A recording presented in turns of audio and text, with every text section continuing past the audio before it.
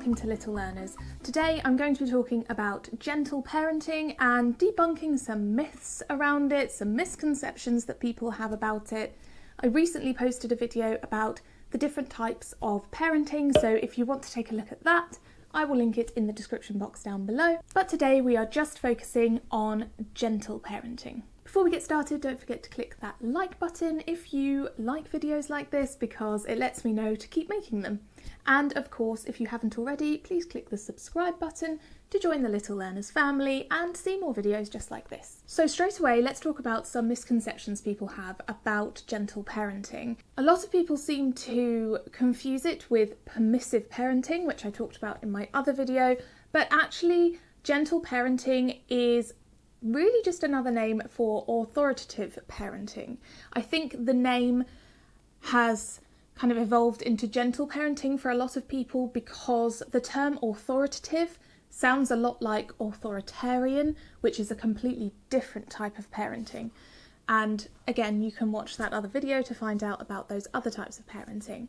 But with gentle parenting, I think a lot of people think that it means you never say no to your child. There's no discipline and your child can get away with whatever they want to. That's really not the case. So let's talk about what gentle parenting actually is. So when we look at parenting styles, we look a lot at the level of control and also the level of affection. And within gentle parenting or authoritative parenting, we have this mutual respect between caregiver and child, and we also have this kind of balance of control. So the adult, the caregiver, the parent is still in control, but they do give control to the child when it's appropriate, when they can, to help foster and encourage that independence for the child. So for example, if you have a toddler and you're about to give them some lunch, instead of you doing everything and presenting the lunch at the table, you might ask them to go and get their plate, go and get a cup to help you with making the lunch, just so that they're more involved and they are then developing some independence there. Gentle parenting has less of a focus on punishment and rewards and more of a focus on self-awareness for the child. Now, that's not to say that gentle parenting doesn't use any rewards ever, and it's not to say that there isn't discipline involved, but I think there's a big difference between consequence and punishment, and gentle parenting really steers away from punishment. So for example, if a child is tipping water from their cup into a bowl and you tell them, you set a boundary, we don't tip it into the bowl at the table, and they keep doing it and they spill it everywhere, then the natural consequence of that wouldn't be to lose TV time or to not be able to play with their toys anymore. It would be that they have to clean it up. And then you would also talk to the child about the boundary that was set, that we don't do that, but we can do this in another way. A gentle parent is often a bit of a detective, trying to figure out why this behaviour is happening and then helping the child through it, through co-regulation.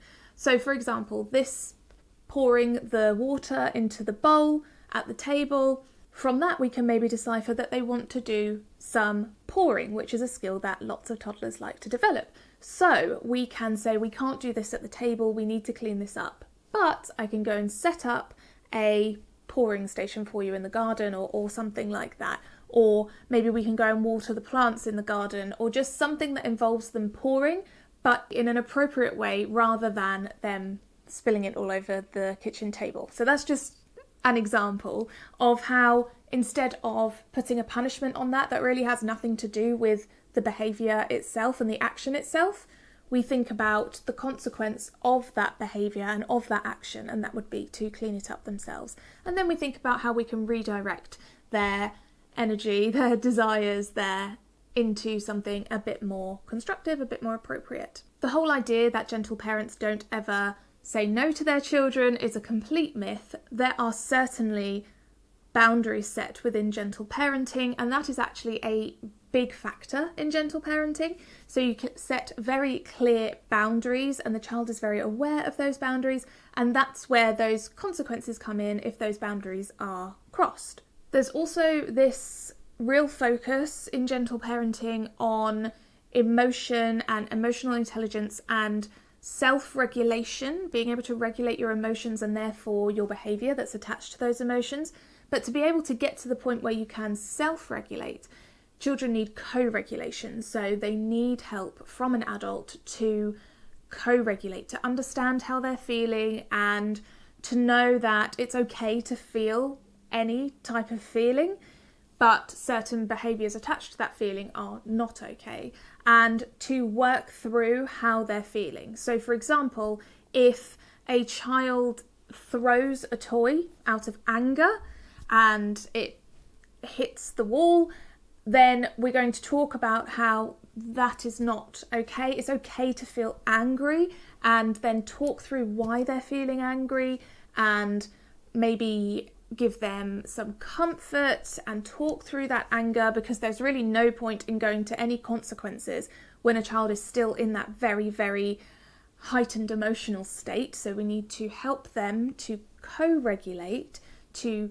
feel a lot calmer, and then we can go into the behaviour, the action, and then the consequence of that action.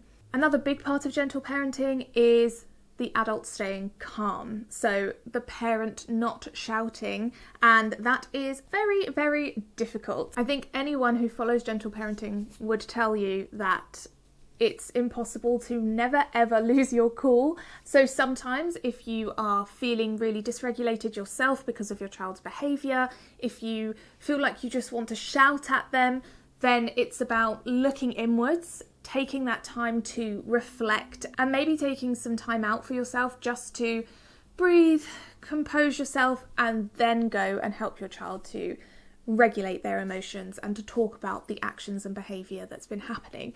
Because if you are in a really heightened, angry or upset state, then you're not going to be able to effectively co-regulate with your child because you haven't been able to self-regulate. A lot of gentle parenting is also about mutual respect. So if you are talking to your child, you're trying to get them to do something, maybe you're trying to leave the house and they are really upset about this, they won't get their shoes on, maybe they're having a bit of a tantrum, instead of shouting at them or just saying the same thing over again, we're leaving now, get your shoes on. It's about thinking how they might be feeling and having that mutual respect there. So saying, we really need to leave. I can see you're really struggling with this. You're finding it a bit tricky. Can you tell me what's going on? And that can be hard when you're in a time crunch, for example. So a lot of gentle parenting is about foreseeing things that might happen. So thinking, okay, we're going to leave the house. That might be a bit of a difficult transition for them. So I'm going to start doing this maybe 10 minutes earlier than we actually need to. So in a nutshell then, we have adults staying calm, mutual respect, clear boundaries, specific consequences related to the actions or behaviours that are being shown, and steering away from punishments. When practicing gentle parenting, it's also really important to know the age-related expectations for children and to not set those expectations too high for that child's age and stage, or too low for that child's age and stage. So when we get that age expectation about right, that's when children can really flourish and can really develop that independence. So for example, a child who is 5 months might not be able to go and get their plate and put it on the table. We'll think of different ways to encourage independence for them. But a child who is 2.5 can certainly go and get their plate and put it on the table. So we're just thinking about different ways that a child can be independent, but that is appropriate for their age. And of course, talking through our emotions and co-regulating.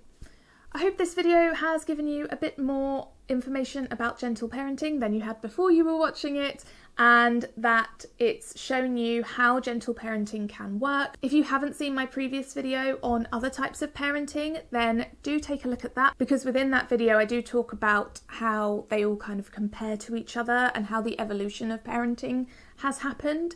And so that might be really interesting for you to take a look at.